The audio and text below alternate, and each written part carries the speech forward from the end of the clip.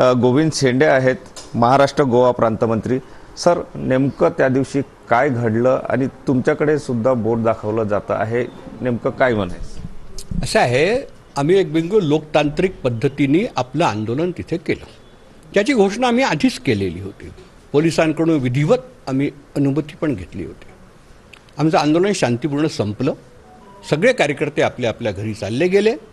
त्याच्यानंतर हा सुनियोजित प्रकारे हे सगळा हिंसाचार आणि बाकीच्या सगळ्या गोष्टी घडवून आणल्या गेल्या आणि जे काही घडलं त्याचे त्याचे पडसाद आम्हाला दिसतात आहे। हे पद्धतीने झालेलं आहे, सुनियोजित झालेलं आहे, विचार करून झालेलं आहे। याच्यामध्ये विश्व हिंदू परिषदेच्या द्वारा केल्या गेलेल्या आंदोलनाचा काहीही सहभाग नाही आहे। कारण आम्ही असं कोणतेच कृत्य केलं नाही की त्याच्यामुळे हे सगळं व्हावं, पण त्यांनी त्याला निमित्त करून सगळं केलेलं आहे।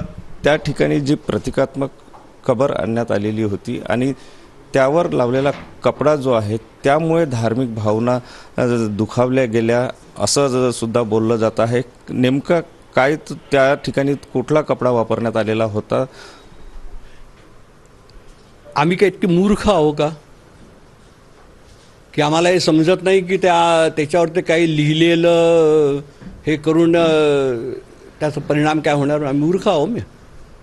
आम्ही असं कोणतंही कृत्य केलेलं नाही आहे। कोणाच्याही धार्मिक भावना दुखतील असं कोणतंही कृत्य हिंदू समाज कधीही करत नसतं, कारण की आमची ही भावनाच नाही आहे। आम्ही सापापासून पहाडापर्यंत झाडापर्यंत जी पूजा करणारे लोक, आम्ही कोणाचीही भावना दुखवत नसतो। आम्ही सगळ्यांचा आदर करत असतो। तर म्हणून हे जो आरोप लावला जात आहे खोटा आहे, निरर्थक आहे आणि विचार करून केलेला हा आरोप आहे, षडयंत्राचा भाग आहे। त्या ठिकाणी वापरलेल्या कपड्यावरून हे सगळं होताना दिसते आहे। मग तो कपडा नेमका होता काय? तुम्ही सगळे तिथे होता, तुम्ही सगळ्यांनी शूट केलेलं आहे, पोलीस तिथे होती, त्याचं उत्तर तुम्हीच द्यावं।